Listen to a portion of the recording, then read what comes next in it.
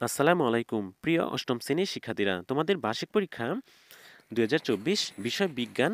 প্রশ্নটি কিভাবে হবে আর প্রশ্নটি কেমন হবে সেটা দেখে নাও। দেখো, প্রথমে ক বিভাগ। তোমাদের নৈবেদিক প্রশ্নের অংশ থাকবে 1 থেকে 15টি।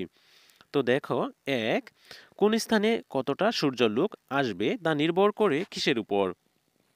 তো এখানে 4টি অপশন থাকবে, যে কোনো একটি উত্তর তোমরা বেছে নিবে। 2, জীব জগতের রাজ্য কয়টি, সংখ্যা কয়টি? 3, বংশগতির ভৌত ভিত্তি বিবেচনা করা হয় কোনটিকে? এভাবে মোট 1 থেকে 15 পর্যন্ত প্রত্যেকটি প্রশ্নের উত্তর তোমরা সঠিকভাবে তোমাদের খাতায় লিখে নিবে। এখন যদি আমি এই প্রশ্নগুলোর উত্তর দিতে যাই তাহলে ভিডিওটি অনেক বড় হয়ে যাবে। তো পরবর্তীতে চেষ্টা করব ভিডিওগুলোর উত্তর দেওয়ার জন্য। 4, 5, 6 এভাবে মোট 15টি প্রশ্ন তোমরা খাতায় লিখে নিও। তারপরে দেখো, এক কথায় প্রশ্নের উত্তর। এখানে এক কথায় প্রশ্নের উত্তর থাকবে 10টি। তো তোমাদের প্রশ্নগুলো খুবই ছোট হবে। তো দেখো, চাঁদের পূর্ণ মাস হয় কত দিনে? 17, আন্তর্জাতিক তারিখ রেখা কত ডিগ্রি বেঁকে টানা হয়েছে? 18, জীববৈচিত্র্য হুমকির প্রধান কারণ কি? 19, কোন বস্তুকে উপরে তুললে কোন শক্তি জমা হয়? এভাবে মোট 10টি প্রশ্নের উত্তর খুব ভালোভাবে তোমাদের খাতায় লিখে নিও।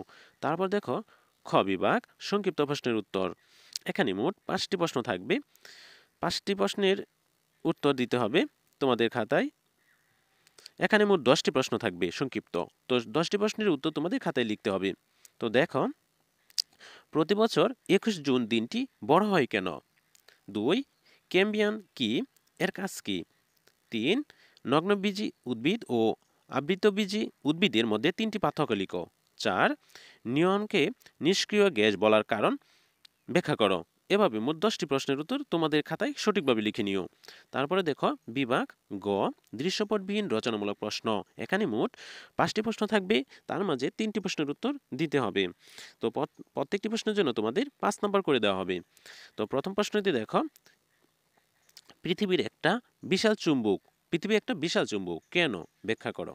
2, টিস্যু কাকে বলে? বাজক টিস্যু ও স্থায়ী টিস্যুর মধ্যে পার্থক্য বিশ্লেষণ করো। 3, ত্বরণ কাকে বলে?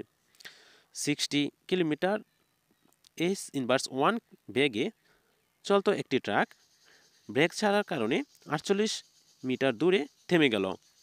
ট্রাকটির ত্বরণ কত? এভাবে মোট 5টি প্রশ্ন থাকবে, যে কোনো 3টি প্রশ্নের উত্তর তোমাদের খাতায় লিখে নিও। ঘ বিভাগ দৃশ্যপট নির্ভর রচনামূলক প্রশ্ন। 7টি প্রশ্নের উত্তর থেকে মোট 5টি প্রশ্নের উত্তর দিতে হবে। প্রত্যেকটি প্রশ্নের জন্য 8 নাম্বার করে দেওয়া হবে। তারপরে দেখো, একটি উদ্দীপক দেওয়া থাকবে। এখানে 2n, এটাকে বিভক্ত হয়ে আর 2টি 2n হয়ে গেছে। তো দেখো, এটা হচ্ছে পি চিত্র, এটা হচ্ছে কিউ চিত্র। চিত্র পি কোন ধরনের কোষ বিভাজনকে নির্দেশ করেছে ব্যাখ্যা করো। চিত্র কিউ এর কোষ বিভাজনটি বংশানুক্রমে প্রজাতির সক্রিয়তা রক্ষা করে, ব্যাখ্যা করো। এভাবে উদ্দীপক সহ তোমাদের আরও কয়েকটি প্রশ্ন থাকবে। সেই উদ্দীপকের আলোকে ক এবং খ প্রশ্নগুলোর উত্তর তোমাদের খাতায় লিখে নিতে হবে। প্রিয় শিক্ষার্থীরা, তোমরা আজকের এই প্রশ্নটি আশা করি বুঝতে পেরেছ তোমাদের বিজ্ঞান পরীক্ষাটি কেমন হবে। তো পরবর্তী ভিডিও দেখার আমন্ত্রণ জানিয়ে আজকের এই ভিডিওটি এখানে শেষ করছি। সবাই ভালো থাকো, সুস্থ থাকো। আল্লাহ হাফেজ।